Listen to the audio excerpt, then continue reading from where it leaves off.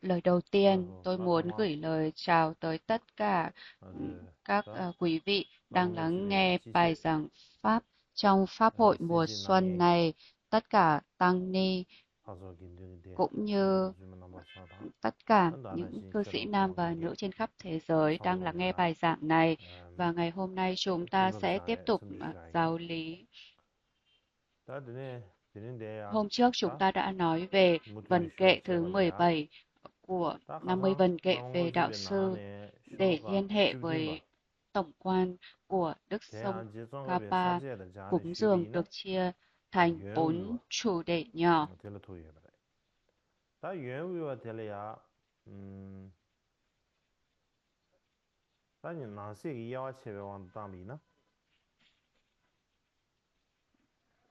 Và cúng dường để tịnh hóa tâm bất kính, cúng dường tất cả những gì bản thân chúng ta có. Tại sao điều này lại hợp lý và cách để liên tục duy trì ba mật nguyện Samaya. Hôm qua chúng ta đã thảo luận về hai chủ đề nhỏ đầu tiên trong vần kệ thứ 16 và 17.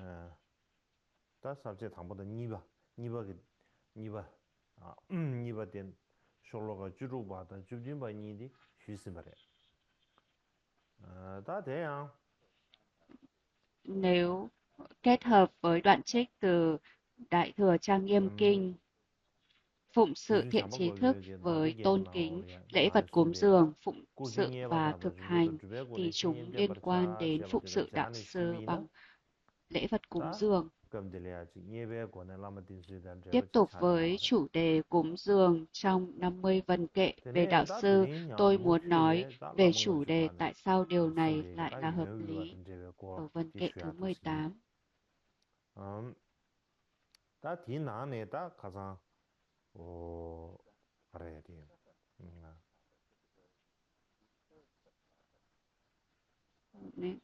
Hôm nay chúng ta bắt đầu với chủ đề nhỏ thứ 3, đó là tại sao điều này lại là hợp lý. Đây là vần kệ thứ 18. Để được ban ngay trong kiếp này, Phật quả khó tìm cầu, ngay cả 10 triệu vô lượng kiếp cũng khó đạt được.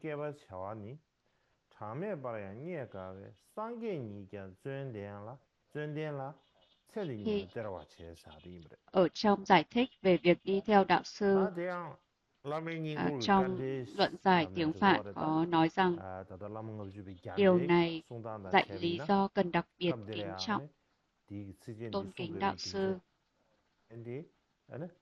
Điều đó chỉ ra lý do tại sao chúng ta phải tôn kính đạo sư hơn những người khác. Về điều này thì Đức Tsongkhapa đã giải thích lý do tại sao phải làm hài lòng đạo sư bằng cách cúng dường lễ vật ngay cả chính bản thân mình như một người phụng sự là gì. Và sau đó trình bày đoạn này từ 50 vần kệ về đạo sư trả lời.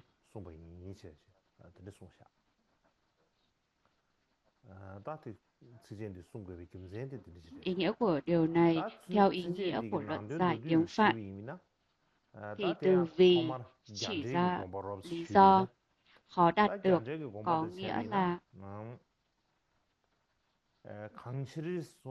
nó đạt được qua sự tinh tấn, gian khổ, nên rất khó để có thể đạt được và trong bao lâu. Và điều này được giải thích bởi 10 triệu vô lượng kiếp. Con số 10 triệu là tích lũy và lũy thừa thứ 8 của 10. Và nếu tiếp tục đếm từ đó thì sẽ không đếm được.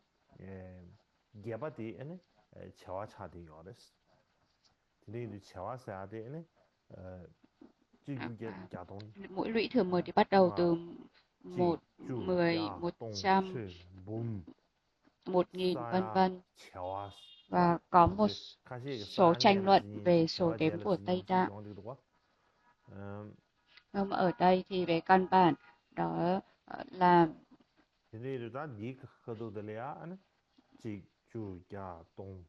ở đây thì nói về con số là 10 triệu.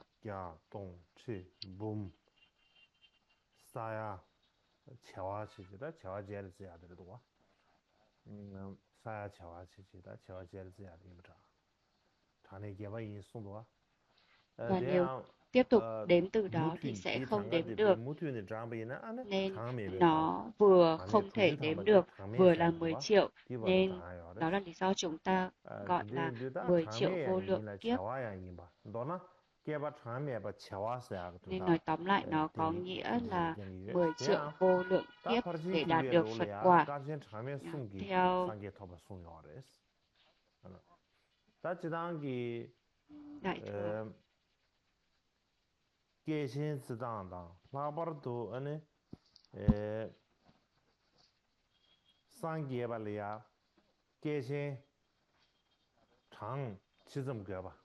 có rất nhiều những thảo luận về điều này trong giáo lý của Đại Thừa. Ví dụ như là theo giáo lý của Đại Thừa thì là mất 3 vô lượng đại kiếp để dẫn đến giác ngộ. Nhưng mà chúng ta không có thời gian để đi vào chi tiết ngày hôm nay. Ngày mai nếu có thời gian thì chúng ta sẽ đi sâu vào nó sau.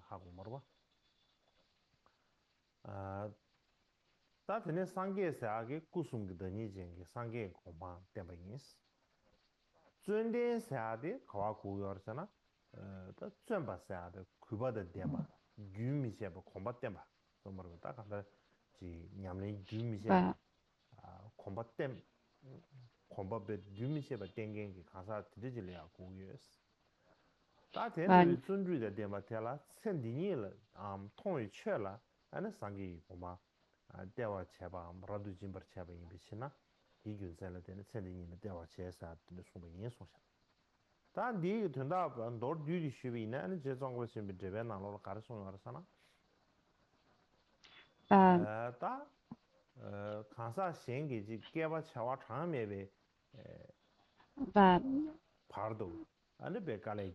giác ngộ có nghĩa là quả vị của một vị Phật với bản chất là tam thân Phật và một người nỗ lực tinh tấn. Đạt giác ngộ là những người liên tục tinh tấn, nỗ lực, nhiệt thành tu tập. Vì họ làm điều này, họ được gọi là những người tinh tấn nỗ lực. Ý nghĩa ở đây là họ ban cho những người tinh tấn nỗ lực kết quả hiển lộ ngay trong đời này. Và sau đó thì luận giải của Tsongkhapa nói rằng là vì sao cần phải kính trọng đạo sư hơn bất kỳ ai khác, vì qua kim cương thừa này, đạo sư ban cho quả vị giác ngộ rất khó để đạt được bằng bất cứ pháp môn nào khác trong 10 triệu vô lượng đại kiếp. Vì lý do này chúng ta phải làm hài lòng đạo sư theo cách đó. Và đối tượng nhận sự ban tặng này là ai? Đó là những đệ tử thù thắng, tinh tấn nỗ lực mãnh liệt. Nếu không tinh tấn nỗ lực và không giác ngộ thì đó là lỗi của đệ tử. Từ thậm chí nghĩa là không chỉ mang lại các thành tựu thông thường trong đời này. Mặc dù vần kệ này nói chung là về việc phụng sự đạo sư thông qua lễ vật cúng dường hay dạy liên quan đến việc cúng dường, nhưng thực tế vần kệ này nhấn mạnh lý do cốt lõi tại sao việc phụng sự đạo sư qua lễ vật cúng dường, kính trọng và phụng sự là quan trọng. Nói ngắn gọn, đó là việc từ bỏ mọi thứ, buông bỏ mọi thứ, thậm chí ngay cả mạng sống của bản thân để phụng sự đạo sư. Trong kinh điển Đại Thừa, vai trò của thiện trí thức được nhấn mạnh. Nếu không có thiện trí thức, chúng ta sẽ không biết được cách để đạt được giác ngộ. Tại sao đi theo đạo sư trong Kim Cương Thừa còn quan trọng hơn nhiều so với trong kinh điển Đại Thừa? Bởi trong kinh điển Đại Thừa, qua thiện trí thức, một người có thể đạt được Phật quả, nhưng các Bồ Tát với căn cơ sắc bén cần 3 vô lượng đại kiếp để đạt được giác ngộ. Những người có căn cơ trung bình thì cần 7 vô lượng đại kiếp, và những người có căn cơ thấp kém thì cần 33 vô lượng đại kiếp để có thể tích lũy công đức và tịnh hóa chướng ngại trước khi đạt giác ngộ. Và trong con đường mật chú thì có sự khác biệt. Một người có thể đạt được giác ngộ ngay trong đời này, hoặc là tối đa 16 hay là 60 đời. Và khả năng này thì chủ yếu phụ thuộc vào đạo sư, như các Tantra đã nói, cũng như là các đạo sư vĩ đại trong quá khứ. Nên là khả năng đặt giác ngộ này thì phụ thuộc vào đạo sư và vào lòng từ của đạo sư, đặc biệt là trong những câu chuyện về cuộc đời giải thoát của các đạo sư vĩ đại trong quá khứ. Nói chung có một số tranh luận về việc liệu một người có thể đạt được giác ngộ trong một đời thông qua con đường kinh điển hay không. Tuy nhiên, điều này được cho là phẩm tánh riêng của mật chú vô song, như đã nói trong Liễu nghĩa nội tại của Đức Kamaparang Chumdoche. Bồ Tát làm lợi ích cho tất cả chúng sinh qua 3 vô lượng đại kiếp. Ở đây, nhờ phương tiện siêu việt thiện xảo thay vì con đường ba la mật, nếu biết các pháp hành Kira và hạnh Chakra thì cần 60 kiếp. Nếu biết pháp du già thì cần 16 kiếp. Nhờ mật chú vô thượng, người tinh tấn ắt đạt giác ngộ ngay trong một kiếp.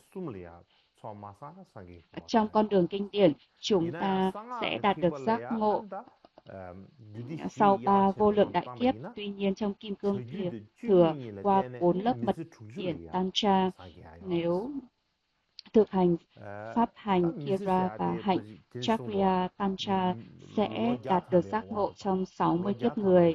Nếu thực hành pháp du già Tantra sẽ đạt được giác ngộ sau 16 lần tái sinh. Và pháp mật chú vô thượng, nếu tinh tấn thì có thể giác ngộ ngay trong một đời một thân, và thậm chí có thể đạt được giác ngộ trong 3 năm, 3 tháng như đã được dạy. Một mặt thì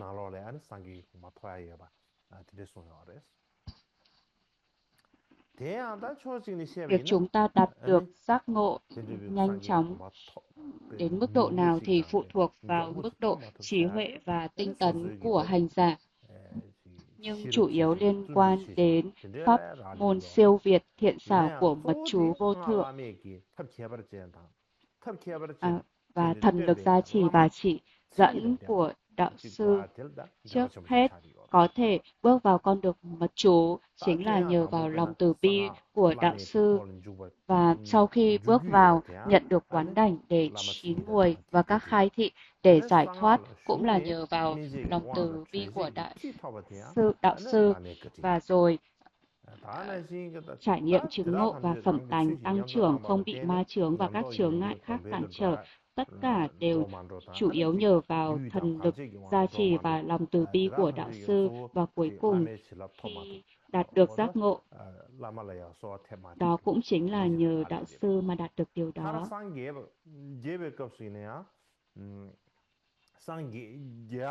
Vì vậy, nên là việc chúng ta có thể chứng ngộ được tâm bản nhiên hay chân tâm hay không cũng là nhờ vào thần lực gia trì và lòng từ bi của đạo sư. Vì vậy, không ai có lòng từ bi lớn hơn đạo sư. Vì lý do này, trong tiểu sử của nhiều đạo sư vĩ đại, khi trải nghiệm và chứng ngộ phẩm tánh tăng trưởng, dù chỉ một chút, tín tâm vào đạo sư ngày càng trở nên mạnh mẽ hơn. Trong nhiều câu chuyện cuộc đời giải thoát, các ngài thường hát lên lời khẩn cầu để tưởng nhớ đến lòng từ bi của đạo sư. Ví dụ như là chúng ta thường coi cha mẹ mình, những người đã sinh ra thân thể này trong đời này, là rất từ ái, và chúng ta cũng coi việc nhận được nền giáo dục thế tục là lợi ích và quan trọng.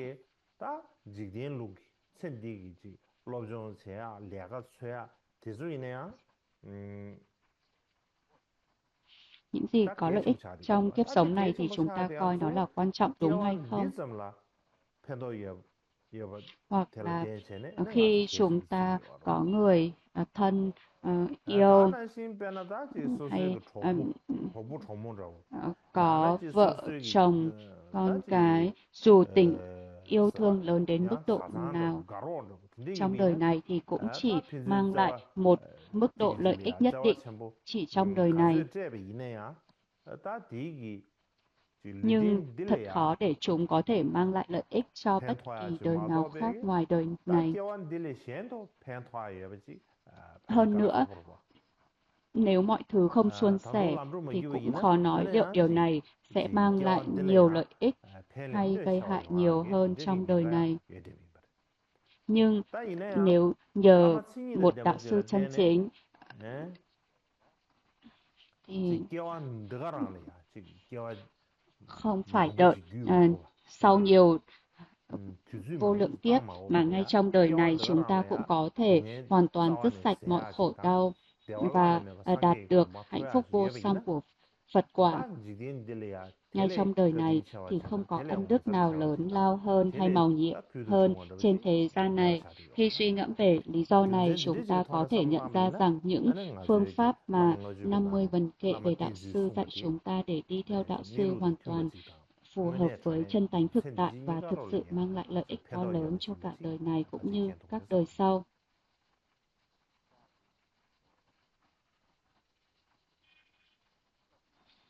Và ngay cả khi chúng ta không có đủ tinh tấn hay trí huệ để đạt được giác ngộ ngay trong đời này, thì một khi đã bước vào con đường thâm sâu của mật chú Kim Cương thì chúng ta vẫn có hy vọng lớn lao để đạt được giác ngộ trong một vài đời sau. Và do đó, chúng ta có nơi để đặt hy vọng và có cơ hội để hoàn thành nó.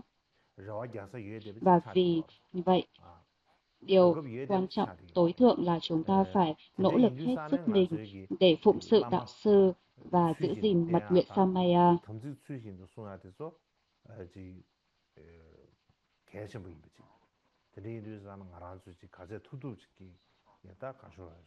Và chúng ta phải nỗ lực hết sức mình để có thể theo chân đạo sư một cách đúng đắn.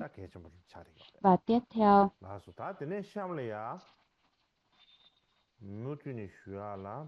là cách để có thể liên tục giữ mật nguyện. Khổ 19. Hãy luôn nghiêm giữ mật nguyện Samaya, luôn cúng dường chư Như Lai, luôn cúng dường đạo sư, Ngài ngang khắp chư Phật.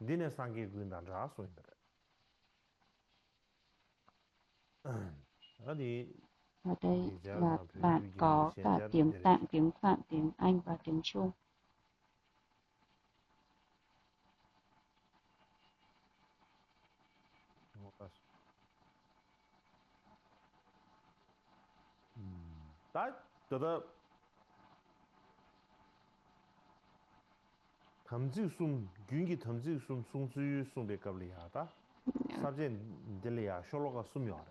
Và ba khổ tiếp theo thì kết nối với việc theo chân đạo sư thông qua lễ vật cúng dường.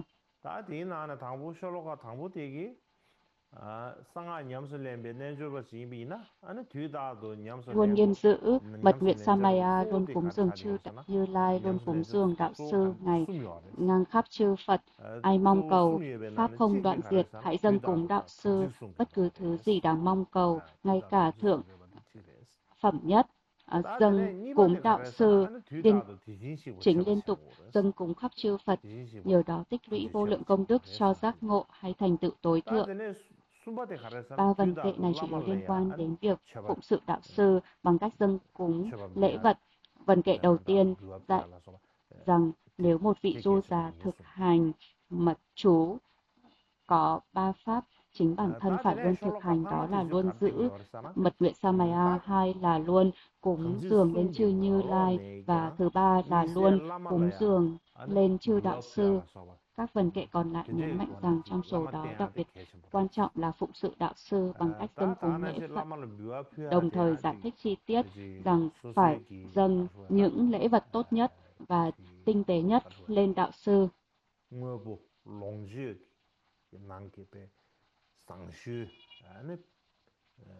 동지의 표디스 라마초 레스와 드리버 다 대양 쇼로가 수부디기 된다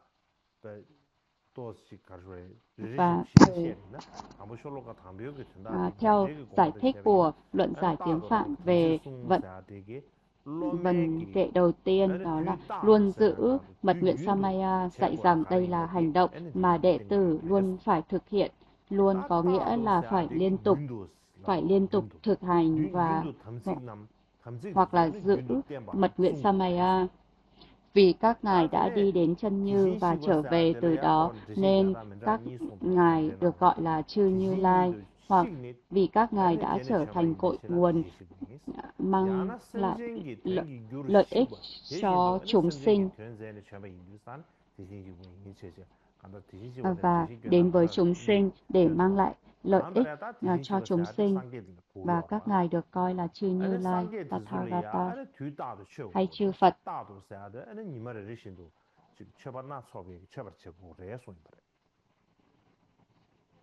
Nên phải nên cúng dường các ngài mỗi ngày với nhiều loại lễ vật khác nhau, hoặc là luôn có nghĩa là mọi lúc.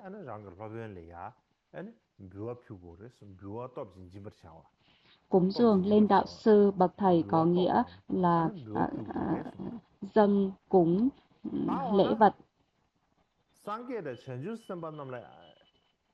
Và chúng ta có thể câu hỏi là nếu đã có chư Phật và Bồ Tát, tại sao chúng ta vẫn phải cúng dường lên đạo sư?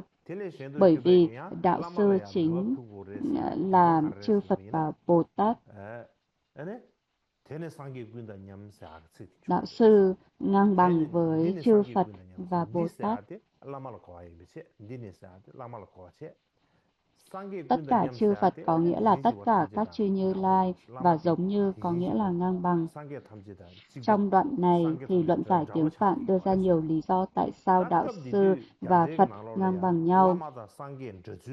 Nhưng chúng ta không cần phải giải thích chi tiết ở đây, bởi vì là nó sẽ hợp lý hơn khi thảo luận điều này ở phần sau về việc xem đạo sư như là một vị Phật.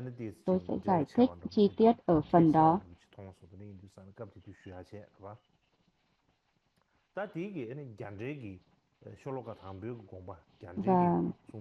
Và theo luận giải của Tsongkhapa thì nói rằng là luôn giữ mật nguyện Samaya có nghĩa là pháp du già của thân khẩu ý của bổn tôn riêng là Samaya, phải luôn giữ gìn nó.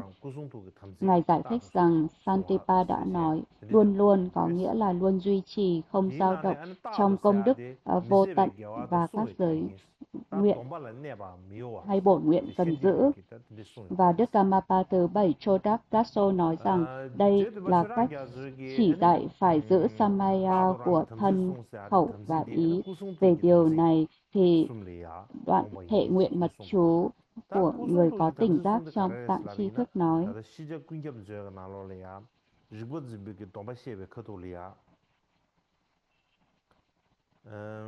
vì tất cả chúng sinh đều có bản chất là thân khẩu ý kim cương, nên là không được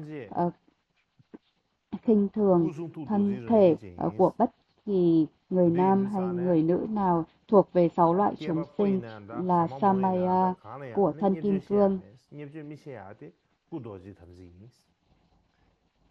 Và chúng ta không gây tổn thương hay là tổn hại chúng sinh khác bằng cách khơi dậy sự hối tiếc trong tâm thức của chính mình hoặc là người khác, từ đó gây ra đau khổ là Samaya của ý kim cương. Và chúng ta từ bỏ nói lời xúc phạm, mà thay vào đó làm hài lòng tai họ bằng lời nói yêu thương từ ái không dối gạt là Samaya của khẩu kim cương.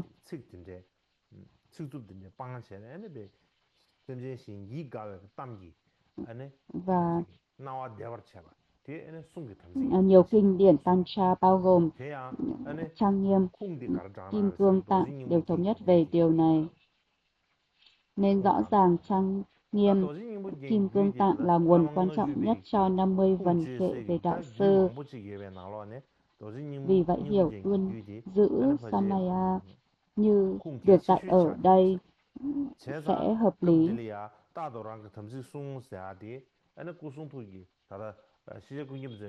Và đây cũng là một cách hiểu rất là tốt. Cũng như việc theo đạo sư là quan trọng, việc giữ Samaya cũng rất quan trọng. Lý do là vì nền tảng của Samaya trong mật chú phụ thuộc vào đạo sư, và nếu không giữ Samaya thì không thể nào phụng sự đạo sư. Vì vậy, chúng ta phải hiểu rằng hai điều này kết nối sâu sắc đến mức không thể chọn một trong hai điều này, điều nào là quan trọng hơn.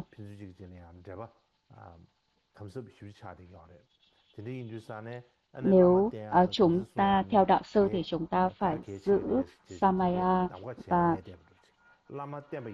nếu muốn giữ Samaya thì chúng ta phải đi theo đạo sư. Nên là hai điều này kết nối rất là sâu sắc. Và điều thứ hai đó là luôn cúng dường chư Như Lai.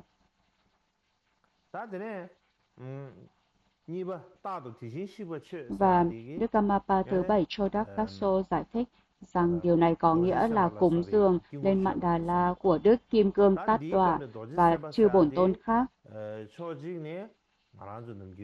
Và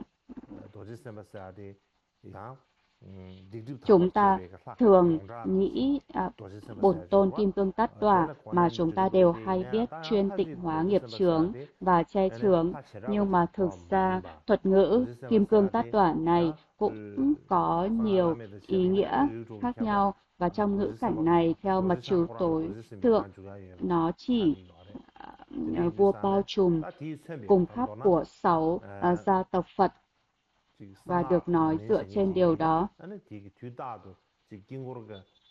Theo cách này, hành giả mật chú luôn phải thỉnh mời chư bổn tôn trong Mạn Đà La như ruộng tích lũy công đức và thực hiện các nghi lễ cúng dường, hoặc là tiến hành qua các giai đoạn nghi quỹ bao gồm nền tảng chuẩn bị thực hành chính thức vân vân để thực hiện nghi quỹ Mạn Đà La.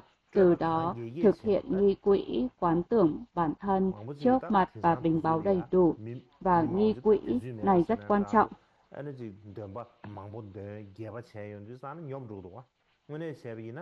Và nhiều người khi mà thực hành các nghi quỹ đầy đủ thì họ cảm thấy rất là dài và chán nản, nhưng mà thực ra thì là tất cả các phần này đều vô cùng quan trọng, bởi vì ví dụ như là quán tưởng bản thân là rất quan trọng.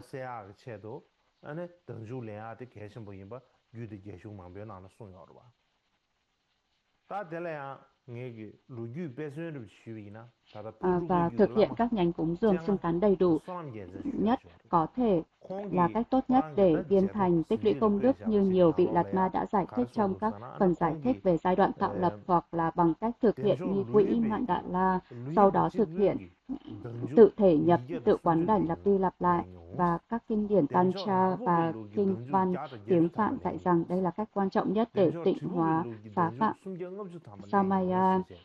Để kể một câu chuyện ở đây thì có một vị Lạt Ma thuộc truyền thống Paktru Kaju tên là Sonam Yatsel, và trong ghi chú của mình Ngài đã thực hiện tự thể nhập của truyền thống Lujipa và Chakrasambhava 230 lần, tự thể nhập của truyền thống Snanapa Chakrasambhava 180 lần, và tự thể nhập của truyền thống Gathapada 350 lần.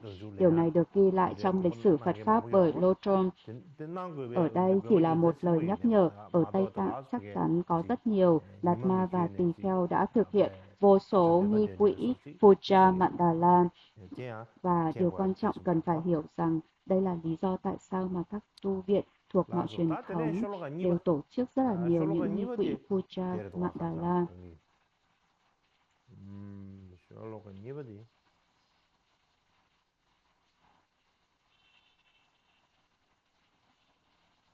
Và tiếp theo là vần kệ thứ hai. 미세 대 내바니 조세 이용 강다가 신도 개발 기본 대다 된 라마를 진사야 되는 거.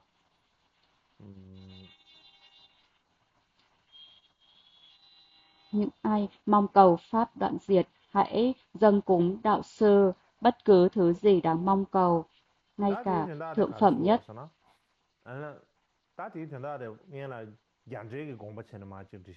Và giải thích của luận giải tiếng Phạn về vấn kệ thứ hai này, đó là vấn kệ thứ hai này được dạy để khơi dậy tâm nhiệt thành cúng dường lên đạo sư.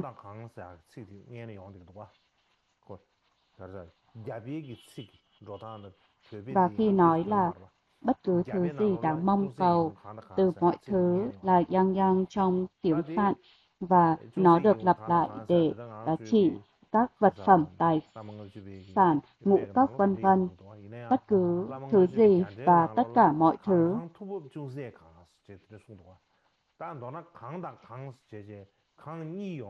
Và đáng mong cầu có nghĩa là đặc biệt làm hài lòng những gì mà chính đạo sư đặc biệt mong muốn, và từ bất kỳ cũng không được xác định rõ ràng. Nên nói tóm lại là những vật phẩm tốt nhất là những thứ quan trọng nhất và giá trị nhất.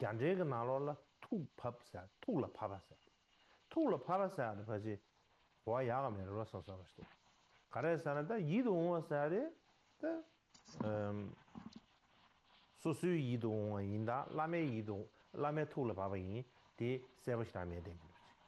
이네 툴을 봐봐서 되게 안 태가르지 라마기 라마티 툴을 봐봐 봐와 라마티 투게 마게 사르 그래지 고고도와.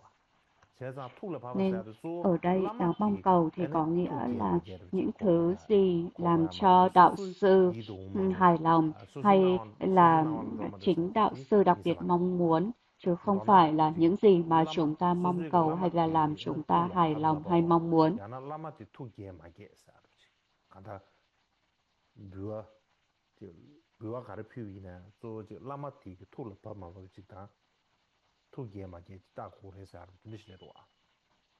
신도 개발도 봐봤어야 돼. 아니 조처함 다 응어보 리그 응어보 상화 근데를 과이부터.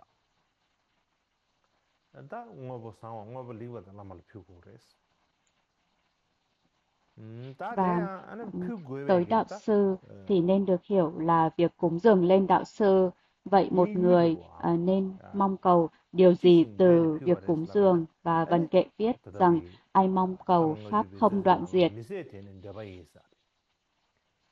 Pháp nghĩa là những thứ làm hài lòng hay là cao quý nhất, không đoạn diệt có nghĩa là vô hạn. Và ai mong cầu có nghĩa là người đang tìm cầu, có nghĩa là đệ tử.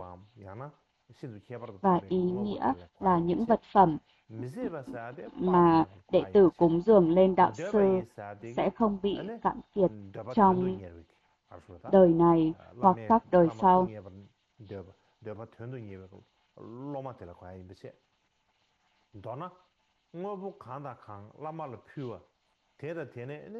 Nên là nếu mà chúng ta cúng dường tới đạo sư thì là công đức phước báu đó sẽ không bị cạn kiệt trong đời này hoặc là đời sau, mà luôn ngày càng tăng trưởng.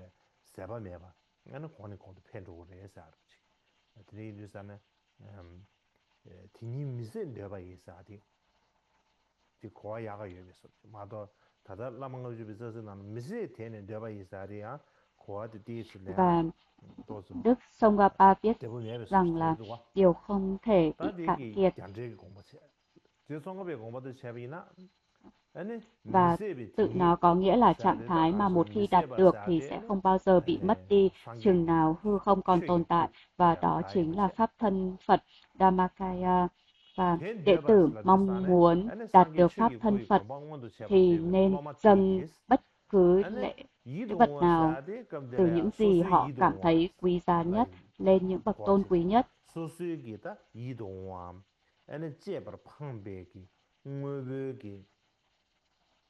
Và Họ nên dâng chúng lên đạo sư và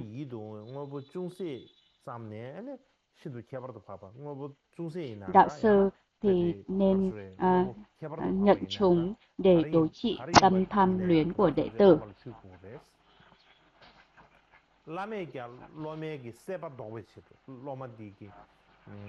Từ chương đầu tiên của quyển sách thứ 2 của Samputta nói rằng là với tâm thức không còn chút hy vọng, hãy dâng bất cứ thứ gì quý giá lên đạo sư để đối trị tâm chấp trước của đệ tử. Hãy nhận nó với tâm ý mang lại lợi ích cho đệ tử.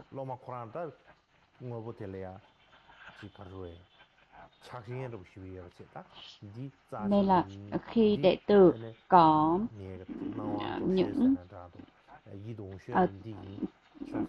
được những thứ quý giá nhất và rồi họ dâng cúng lên đạo sư thì để đối trị với tâm chấp trước tham luyến của đệ tử thì là đạo sư nên nhận nó với tâm ý mang lại lợi ích cho chúng đệ tử. Và tiếp theo đó là vần kệ thứ 3. Dâng cúng đạo sư chính liên tục dâng cúng khắp chư Phật, nhờ đó tích lũy được vô lượng công đức cho giác ngộ thành tựu tối thượng.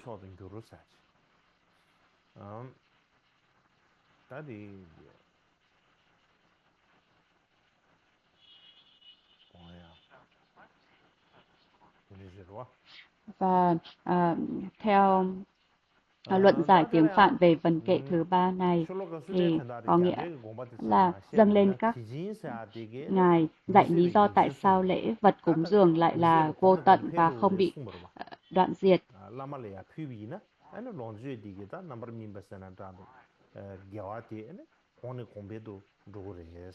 Mà luôn tăng trưởng. Lý do là bởi vì là nếu dâng cúng lên chư đạo sư chính là dâng cúng lên tất cả chư Phật hoặc là chư Như Lai mà không có ngoại lệ nào.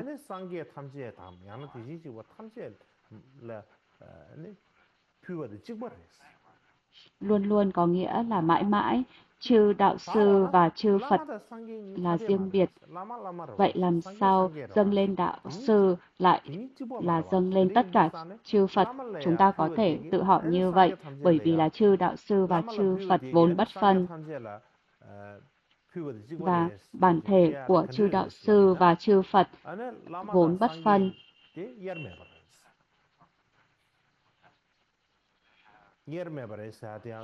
Các ngài có hình tướng khác nhau, nhưng mà về trong bản thể thì là vốn bất phân, không có sự khác biệt.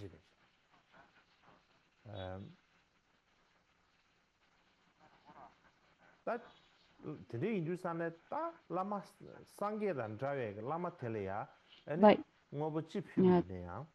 tại sao lại cần thiết phải cúng dường? Dâng lên các ngài có nghĩa là bằng cách dâng lên chư đạo sư những gì làm hài lòng đạo sư hay là quý giá nhất đối với đệ tử thì sẽ tích lũy được công đức. Và ở đây là chúng ta tích lũy, có hai loại tích lũy, đó là tích lũy về công đức và trí huệ. Vì việc này dẫn đến việc được thù thắng trưởng dưỡng và tịnh hóa lặp đi lặp lại. Chúng chính là tích lũy về phước báu và công đức. Tích lũy có nghĩa là tích lũy công đức và trí huệ, và thành tựu Siddhi có nghĩa là mục tiêu mong cầu đạt được, và có hai loại thành tựu Siddhi thấp hơn và tối thượng. Để chỉ rõ hơn, ở đây nói đến thành tựu tối thượng.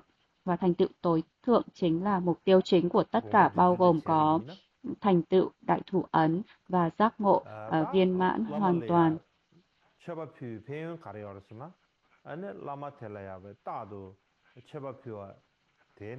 Và Đức Tsongkhapa đã giải thích lợi ích của việc làm như vậy là bằng cách luôn cúng dường lên đạo sư sẽ viên thành tích lũy công đức, giống như khi luôn cúng dường lên tất cả các chư Phật hay chư Như Lai, từ tích lũy vô lượng công đức sẽ đạt được tối thượng trong các thành tựu Siddhi, có nghĩa là Phật quả.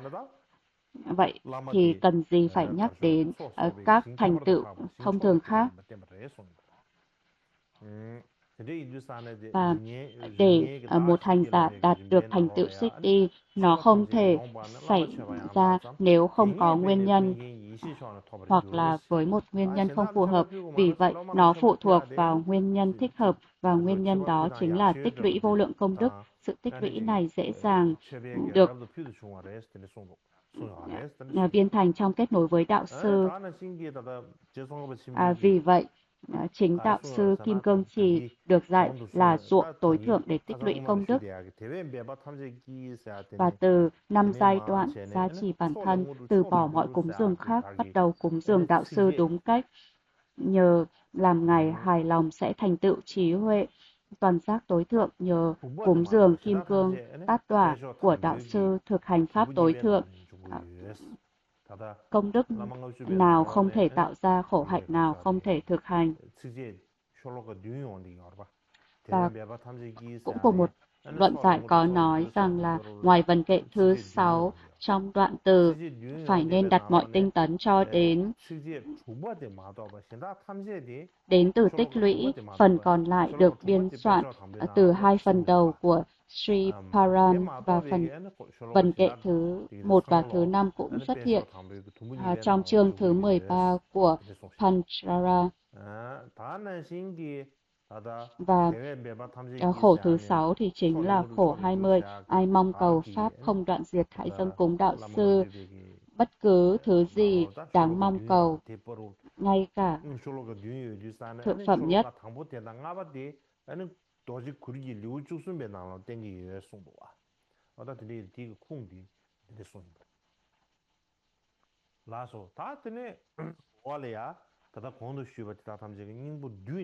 Để tóm tắt thì những gì được giải thích ở trên cho thấy dù là tài sản vật chất mà chúng ta trân quý, hoặc những gì mà có thể làm hài lòng đạo sư, hay bất cứ những tài sản quý giá nào, nếu chúng ta có những thứ như vậy trong mọi trường hợp thì chúng nên được cúng dường lên đạo sư.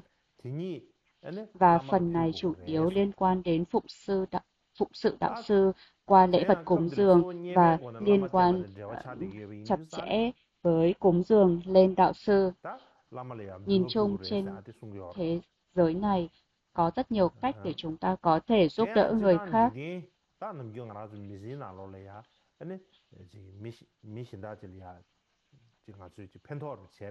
Và cách dễ dàng nhất hay là thuận tiện nhất và quan trọng nhất đó chính là bố thí.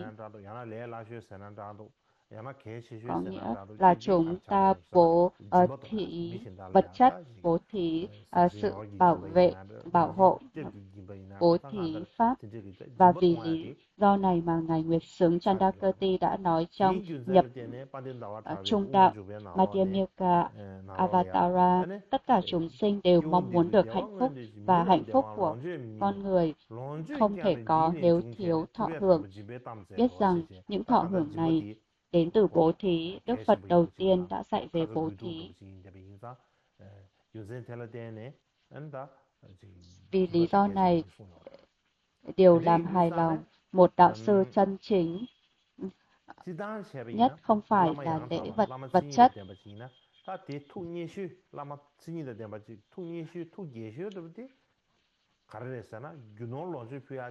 và trong số nhiều điều mà một đệ tử có thể cúng dường cho đạo sư, điều quan trọng nhất là thực hành những giáo lý mà đạo sư đã truyền dạy.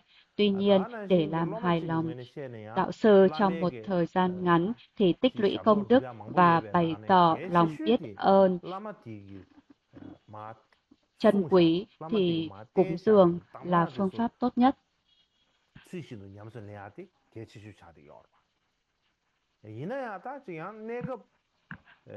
lama thu nhẹ ta, lama là tiền cho xóa ta, nên sinh cái lama cái cơ định chế định sửa cái thấp sĩ yak xuyên rồi, nên là cúng dường đạo sư là dấu hiệu cũng như là cách để bày tỏ lòng biết ơn chân quý của đệ tử với đạo sư, nên là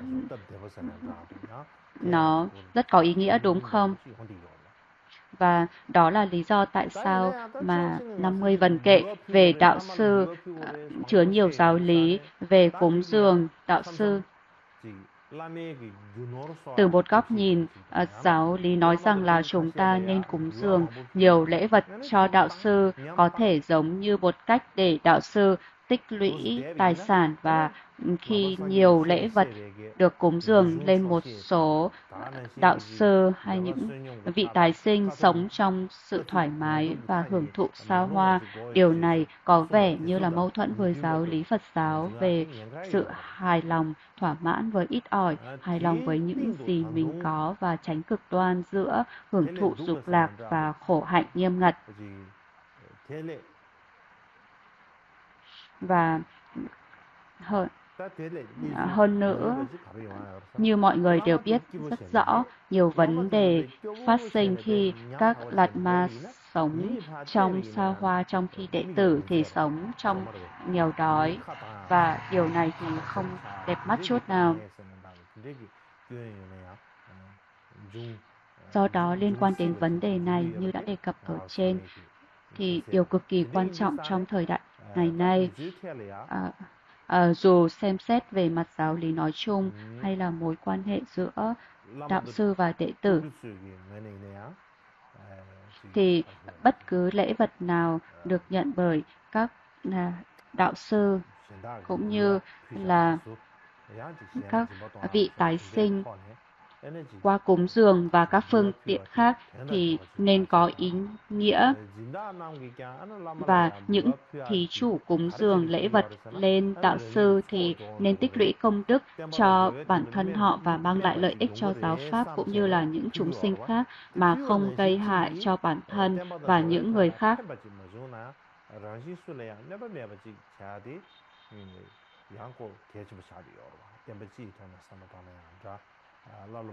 Nên đây là điều rất là quan trọng.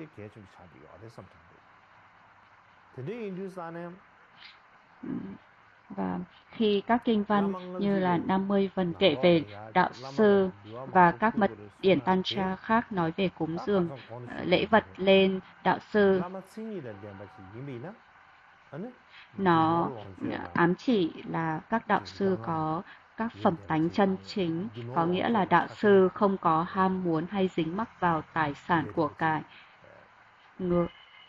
Đạo sư chỉ hành động vì lợi ích của đệ tử, luôn luôn có suy nghĩ đó là làm thế nào để ta có thể làm lợi ích cho đệ tử, cho chúng sinh, và đạo sư luôn chỉ chú tâm vào thực hành tâm linh. Nên đối với một vị đạo sư chân chính như vậy thì dù nhận được bao nhiêu lễ vật đi nữa, họ sẽ sử dụng chúng một cách thuận theo chánh pháp. Nên là nó giống như là chiết xuất tinh túy từ tài sản vật chất, như đã đề cập đến trong tiểu sử của Trikumpa Jigten Sumbon trong lịch sử tâm linh Lotrom. Và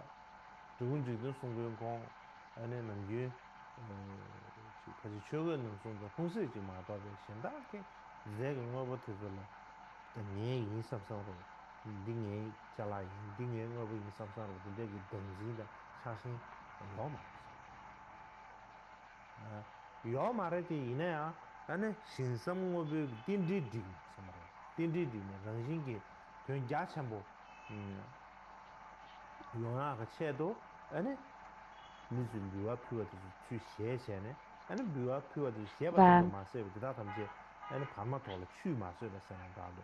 Vừa phu xia vào để thoa la mà rồi chỉ đó.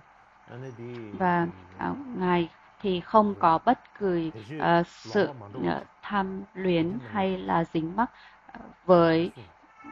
đối với bất Thế cứ thì như sao tài này? sản vật chất nào. Lama chính là điểm gì vậy à? Và Số suy kỳ Ngài đã biểu sẽ hiện đến sắp chữ gì xếp này à? các thiện Anh duyên số suy kỳ chả là để số suy tạo cái gì vậy? của ruộng công Lama đức chính là điểm gì và là chữ gì các đó? đối tượng Anh vật chất có để thúc đẩy lợi ích rằng cái rộng đạo rãi xong rồi cho khác bản cái thân thế và này điểm những gì người đó. khác mà không lãng Anh nói chuyện phí lama ya bất chỉ cứ ghi thứ mỏ rồi gì để ở cha này giữa, qua và đó phen đôi. cũng chỉ dẫn người khác làm điều tương tự.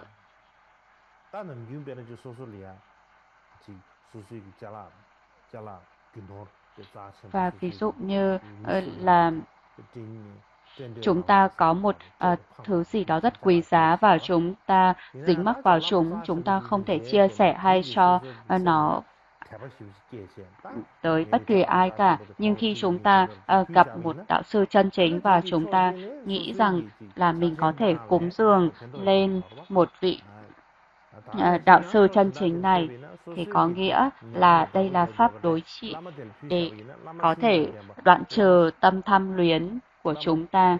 theo bây giờ để mà xin xem bây giờ để mà tí cái này Và 차가 khi chúng ta 레베기 나고 cúng dường 된 cho 텔레 các 파고 ngài 지도 튜닝 텔레 thì chúng 치다 ta 와지 có thể 요아기 nghĩ rằng là 되게 딱고 các 고백이 ngài 되시라 sẽ làm được nhiều lợi ích 되게 인도산에 hơn với cúng dường này.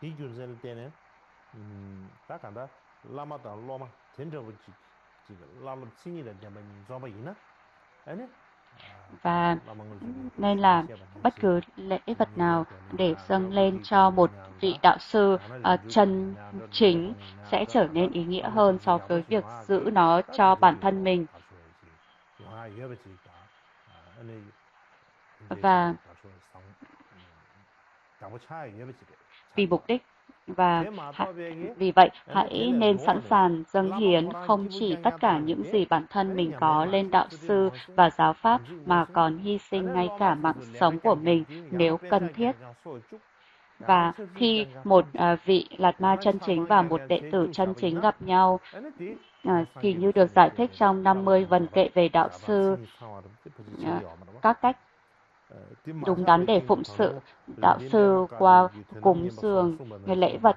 tôn kính phụng 텐데르비기다 sự và thực hành 라마데 아니 có thể 콩기 được thiết lập. 냐와시도 뽕고레 세세 아니 아나 규른 게슈 마베 나는 송아로 아 대양 상미 킹과 Và nếu 가서 không thì nếu Lạt Ma hoặc đạo sư chỉ sống thoải mái mà không thực hành, không chỉ giữ giới luật, không giữ mật nguyện, chỉ lợi dụng đệ tử để làm việc hay là tích lũy tài sản và buộc họ tham gia vào chính trị, thì đây không phải là đặc điểm đúng đắn của mối quan hệ giữa đạo sư và đệ tử như được giảng dạy trong Phật giáo. Và mọi người nên biết rằng những mối quan hệ như vậy cần phải được đoạn trừ như độc tố hay là địa ngục, trần gian, theo lời của Rigden Pema Kapo trong Phụng sự tuyệt đối cùng với nhiều mật điển Tantra khác. Và ngoài ra, trong tác phẩm Đại luận về các giai đoạn con đường tu của Tsongkhapa, khi thảo luận về 3 cách làm hài lòng đạo sư liên quan đến cúng dường vật chất,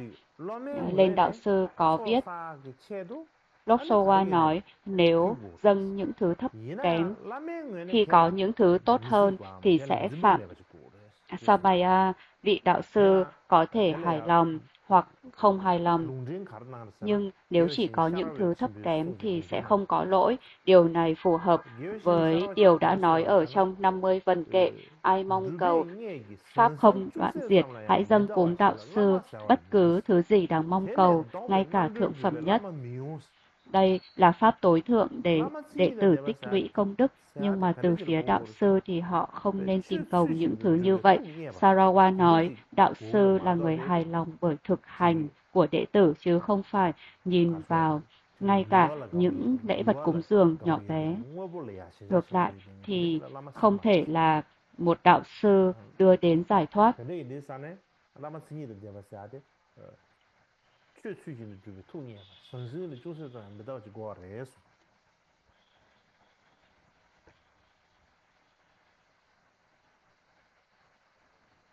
다가는 신기 라랍 신이라 덴바 기 핀순지기 지리야 뮤아 퓨다 인구 수단 Và 가르베 시제 theo hướng dẫn của 다 Đức 디콜레야 Karmapa thứ 8 다도 Mikodoje 슈비야 về việc trao đổi 제게 lễ vật 유기도 và tôn 최종 kính 자세를 giữa 가르치 수요 đạo sư và đệ tử, 가르송도 thì nói một cách 산나다 ngắn gọn, khi các đạo sư 개방나무기 Kachur thuở 거기 ban đầu 고마테즈기 dựa vào 자야 một đạo 라마티 sư gốc, bất cứ 자야 tài 라마티 sản 땐 nào mà họ 친체리야 có, họ sẽ không 소소래야 giữ 주 chúng với 저바다 tâm 뭐뭐 tham luyến. 찌레비냐 Ngay 아니 khi 텔레야 nhận 다도 được 저도 미제바 thứ gì đó, họ sẽ 라가 dâng nó lên 라발래야 đạo sư. 중마사도 Tất 라말래야 cứ thứ 셔버피게 gì họ nhận được đều đến từ đạo 가르쳤잖아 sư, và bất 소소를 cứ 딘데기 thứ 딱 gì họ 미세다가 dâng cúng 묘와 đều 퓨야다 được 딘데기 cúng 딱 dường lại 미세다기 cho đạo sư. Họ cam 소소리야 kết 자신부 chắc 지세 chắn điều này 뭐뭐 từ sâu 퓨야냐 thẳm 조 tâm can mình. 라메베빌 데니 중벌에 딘데기 중야 라말라 데니 중원이 퓨야 라말라 퓨고레 공천 딘데기 아니 투다 쉐베 토네 간다라 소소기 차래야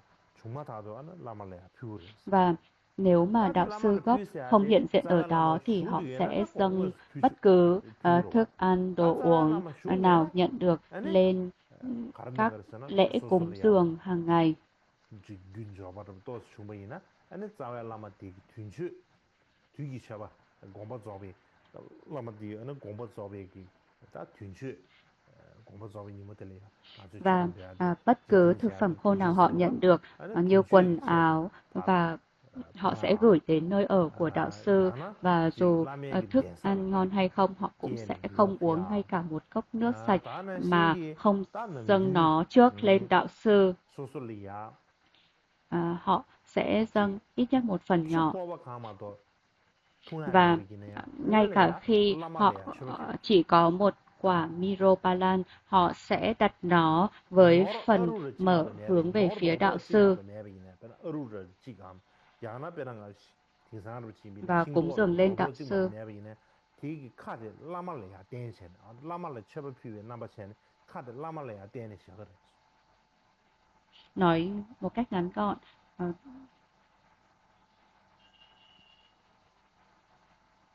너나 지금 소소 놀래야 좋아다 놀래 차바 내비기네야 có một truyền thống 라메기 된다래야 지금 là mỗi năm họ sẽ thực hiện một lễ cúng dường thanh tịnh lên đạo sư.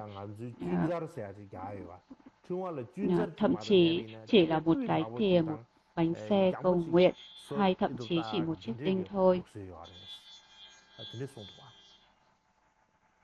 제사 넘겨 가지고 여기 변화 자포하고 가면도 못 통비네 지 처벌피하고 루스요 봐. 이게 한 내가 참 가래서는 다 소수기 변화 칼라 다 자포하고 가면도 내비네. 다디 Nên đây là một điểm rất quan trọng. Dù chúng ta chỉ có một cốc trà nhỏ, chúng ta hãy cúng dường lên đạo sư và Tam Bảo, và sau đó thì là chúng ta sẽ nhận được thần lực gia trì của đạo sư và Tam Bảo, và rồi sau đó chúng ta có thể uống cốc trà đó.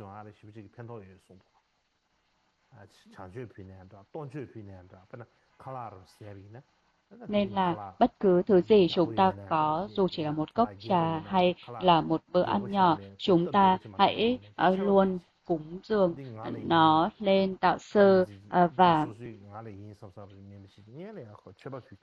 Tam Bảo, và từ đó chúng ta có thể đoạn trừ được xe chướng cũng như là nhận được thần lực gia trì của đạo sư và Tam Bảo.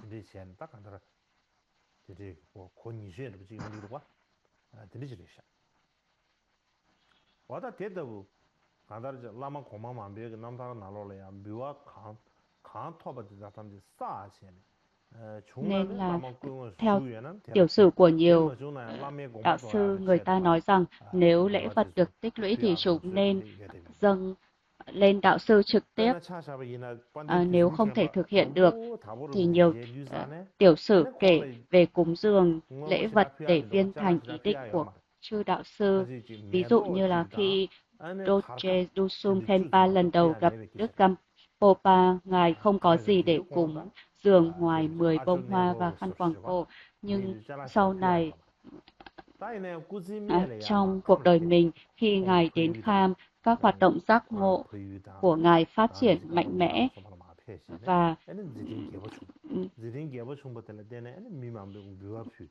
Ngài đã nhận được rất nhiều cúng dường, và vì nhận được rất nhiều lễ vật cúng dường nên Ngài đã mang những lễ vật đó, dù lúc đó Ngài đã rất già, Ngài đã hơn 70 tuổi, nhưng mà Ngài vẫn quay trở lại trung tâm Tây Tạng. Và Ngài nói rằng một trong những lý do là để cúng dường lễ vật tại nơi ở của đạo sư.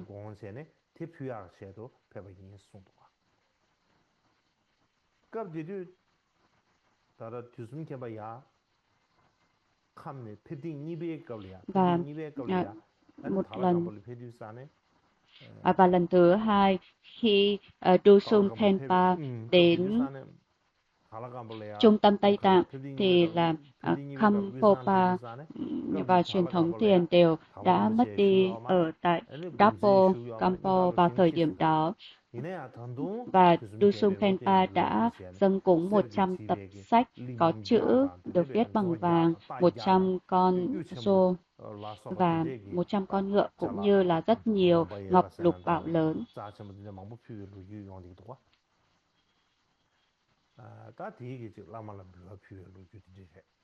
Và Dusum qua đời vào ngày thứ 3 của tháng Hổ vào năm Con Bò. Và 2 ngày trước khi Ngài qua đời,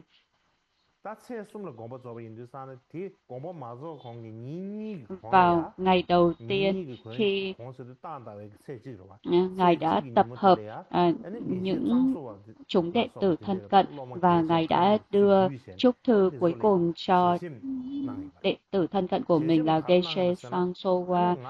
Và những đệ tử khác, Ngài nói rằng là thứ duy nhất mà ta sở hữu là chiếc y rách này cùng với chiếc cối xay tay để nghiền bột lúa mạch Sampa cho các lễ Khatsa.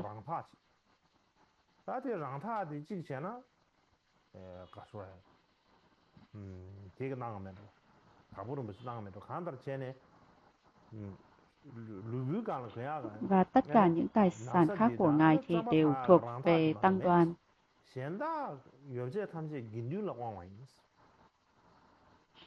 Và Ngài dặn dò rằng các con 5 người nên sở hữu 25 sang vàng này, gồm bạc, ngọc lam, vải lụa, thêu kim tuyến, rô, ngựa và dụng cụ nấu ăn, còn rồi phân phối lúa mạch cho tăng đoàn.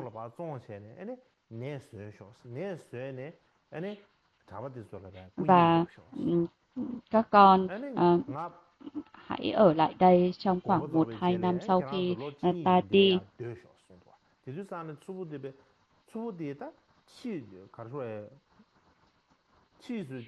Và vào thời của Dusum Khenpa thì vùng Dapa Kampo là một nơi rất là vắng vẻ và ít người, và mọi người chỉ đến khi mà Dusum Khenpa ở đó. Nên là lúc đó thì là Pol Đăng Sen hỏi bao nhiêu người sẽ ở lại đây ạ?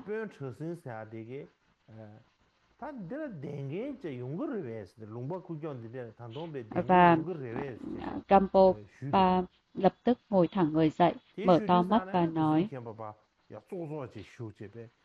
chẳng lẽ chỉ ở ít nhất 1 hoặc 2 năm cũng không được hay sao?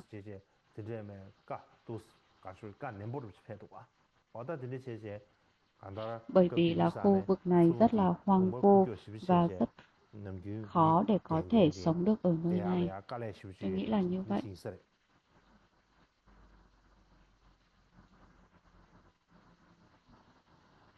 Lúc đó thì là Dusum Khenpa nhận được rất nhiều cúng dường từ chúng đệ tử, nhưng mà Dusum Khenpa nghĩ rằng là mình chỉ sở hữu chiếc y rách và cối xay tay để nghiền bột lúa mạch mà thôi.